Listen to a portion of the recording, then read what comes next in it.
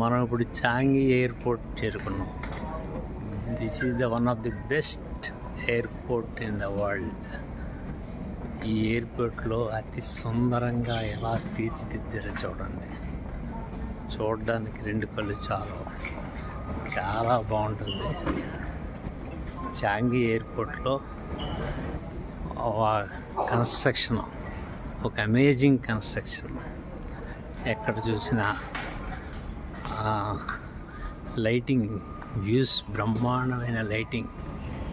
ఆ లైటింగ్తోనే మనకి అన్నీ ఆనందంగా చాలా బాగుంటుంది. ఎయిర్పోర్ట్ అంటే ఇంత అందంగా ఎయిర్పోర్ట్ ఉంటుందా అనిపిస్తుంది.